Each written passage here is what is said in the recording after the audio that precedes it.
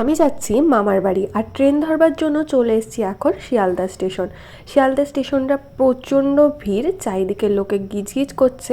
ট্রেনের এখনও টাইম হয়নি আর ট্রেনটাও দেয়নি, সেই জন্য এখানে দাঁড়িয়েই ওয়েট করছি। আর এদিক থেকে একটা লোক, আমি ভিডিও করছিলাম, সে তাকাচ্ছিল।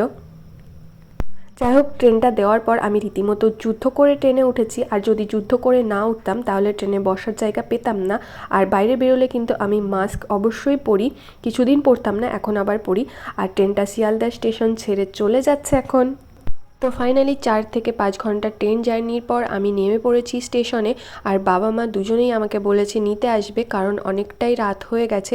আর এখন আমি যদি একা যেতে চাই, টোটোওয়ালা যেতে চাইবে না, সেই জন্য ওরা আমাকে নিতে আসছে। আর এই যে আমি এই ট্রেনটাই করে এলাম, এই ট্রেনটাও ছেড়ে দিয়েছে। মা কাজ করছিল, সেই জন্য আর আসতে পারিনি, বাবা এসেছে আমাকে নিতে। তাহলে আজকের মতো ব্লগটা এখানেই শেষ করছি, টাটা।